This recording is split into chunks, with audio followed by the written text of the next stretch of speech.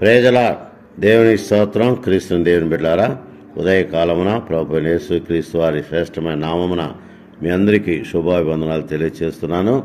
ప్రతిదినం ప్రభువుతో ప్రతి ఒక్క సాన్నిధ్యము, దేవుని యొక్క సాన్నిధ్యములో మనము అరుణోదయ దర్శనం పొందుటకు, అరుణోదయ ఆశీర్వాదాలు పొందుటకు, అరుణోదయ కృపావరాలు పొందుటకు, అరుణోదయ శక్తిని పొందుటకు మనం చేరున్నాం. ప్రభువుతో ప్రతిదినము మనము దేవుని యొక్క సాన్నిధ్యములో ఈ రీతిగా దేవుని స్తుతిస్తున్న విధానం బట్టి చేయని మీ అందరికీ కూడా ప్రభునామమున హృదయపూర్వక వందనాలు తెలియజేస్తున్నాను. దేవుడు మనందరినీ దీవించి కరుణించి కాపాడి తన కృపలతో నింపి ఆదరించునుగాక. నేటి ధ్యానాంశానికి జ్ఞాపకం చేసుకుందాం.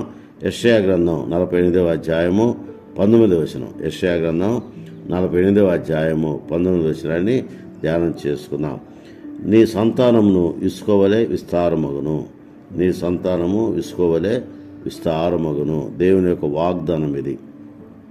అబ్రహాంతో దేవుడు చేసిన వాగ్దానం, నీ సంతానము ఇసుకోవలే విస్తారమగును, ఇసుక రేణువు వలె విస్తారమగునని దేవుని బిడ్డలకు జ్ఞాపకం చేసుకుందాం.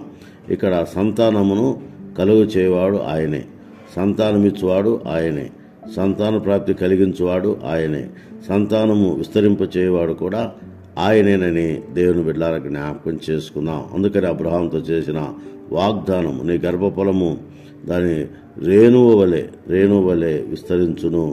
అబ్రహాంతో చేసిన ఈ వాగ్దానం నిజముగా దేవుడు గొప్ప కార్యాలు జరిగించి దేవుడు అన్న విషయాన్ని దేవుని బిడ్డలకు జ్ఞాపకం చేసుకుందాం.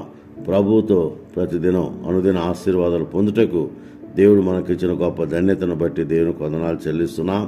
ఆదికాండం 15వ అధ్యాయము 5వ వచనం గమనిస్తే, ఆకాశ నక్షత్రం వలె విస్తరింపచేస్తానని దేవుని యొక్క వాగ్దానం. ఆకాశ నక్షత్రాలు ఎలాగా విస్తరించినాయో అలాగ నీ సంతానాన్ని విస్తరింపచేస్తానని దేవుని వాగ్దానం నిజమే. ఈరోజు దేవుడు నీ సంతానమును కూడా అలాగా వర్ధల చేయగలని దేవుని బిడ్డలకు జ్ఞాపకం చేసుకుందాం.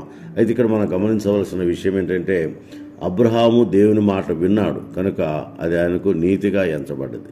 ఈరోజు మనం కూడా మన సంతానము ఇసుక రేణువలే విస్తరించబడాలంటే, దేవుని యొక్క మహాకృప పొందాలంటే మనం ఏం చేయాలి గమనించాలి. ఆయన మాట వినాలి. ఆయన మాట వినుట వలన మనకు ఆశీర్వాదాలు కలుగుతాయి. ఆయన మాట వినుట వలన మనకు కృపావరాలు దేవుడు కుమ్మరిస్తాడని దేవుని బిడ్డలారా జ్ఞాపకం చేసుకుందాం. కనుక దేవుని మాట వినుట ఆశీర్వాదకరమని దేవుని బిడ్డలారా జ్ఞాపకం చేసుకుందాం. అందుకనే నీవు నేను వర్ధిల్లాలి అంటే దేవుని మాట వినాలి. దేవుని మాట వింటే దేవుడు ప్రేమిస్తాడు, కరుణిస్తాడు, కాపాడుతాడు, ఆదరిస్తాడు, బలపరుస్తాడని దేవుని బిడ్డలారా జ్ఞాపకం చేసుకుందాం. ఉదయకాలమున దేవుని మాట విని ప్రతి వారిని దేవుడు ఆశీర్వదిస్తాడు, వారి సంతానాన్ని దేవుడు విస్తరింపచేస్తాడని దేవుని బిడ్డలారా జ్ఞాపకం చేసుకు. ఎలాగా ఇసుక రేణువులు ఎలాగుంటాయో అలాగా సంతానాన్ని అంటే బహుగా ఆయన ఆశీర్వదించి దీవించే దేవుడని దేవుని బిడ్డలారా జ్ఞాపకం చేసుకుందాం. ఇస్సాకును దేవుడు ఆశీర్వదించాడు.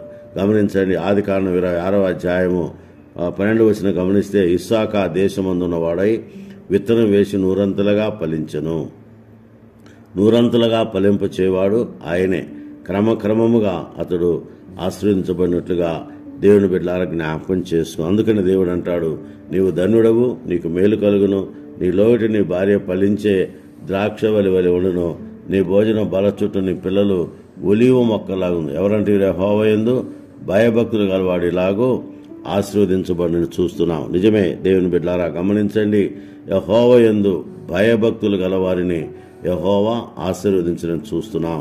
గమనించండి, దేవుని యొక్క వాగ్దానము మనం గమనిస్తే ఎవరు దైవ భయము కలిగి ఉంటారో వారిని దేవుడు ఆశీర్వదించే దేవుడు అని చూస్తున్నాం. అందుకనే యెహోవా యందు భయభక్తులు కలిగి జీవించువారు వర్ధిల్లుతారు.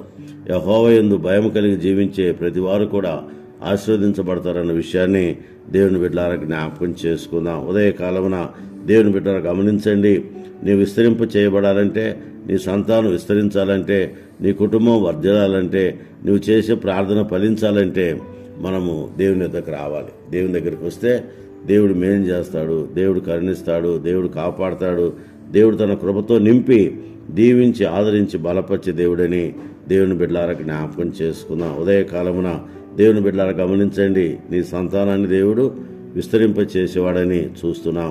బహుగా దీవించే దేవుడు, కరుణించే దేవుడు, కాపాడే దేవుడు, వర్ధిల్ల చేసే దేవుడని దేవుని బిడ్డలారా జ్ఞాపకం చేసుకుని ఆయన సన్నిధిలో మనము వర్ధిల్లాలి. అంటే దేవుని కృపావరాలు పొందుటకు దేవుడు తన కృప కుమ్మరించే దేవుడని జ్ఞాపకం చేసుకుందాం.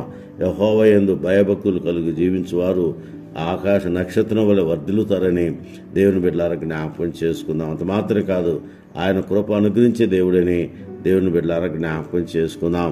సమయమున దేవుని యొక్క వాగ్దానం కోసం మనము జ్ఞాపకం చేసుకుంటే ఆయన వాగ్దానం దేవుని యొక్క సాన్నిధ్యంలో ఫలిస్తుందన్న విషయాన్ని జ్ఞాపకం చేసుకుని మరి ఉదయకాలమున మనము ఫలించుటకు దేవుని వాగ్దానం నీలో, నాలో, మన కుటుంబంలో మరి మనము విస్తరింపచేయబోటకు దేవుని యొక్క కాపుదల ఉంటుందని జ్ఞాపకం చేసుకుని అడిగితే ఆశీర్వాదాలు ఇచ్చి కుమ్మరించి కరుణించే దేవుడు అన్న విషయాన్ని జ్ఞాపకం చేసుకుని ఆయన సన్నిధిలో ముందుకు సాగునట్లు తండ్రి, కుమార, పరిశుద్ధాత్మ త్రియేక దేవునితో సహవాసం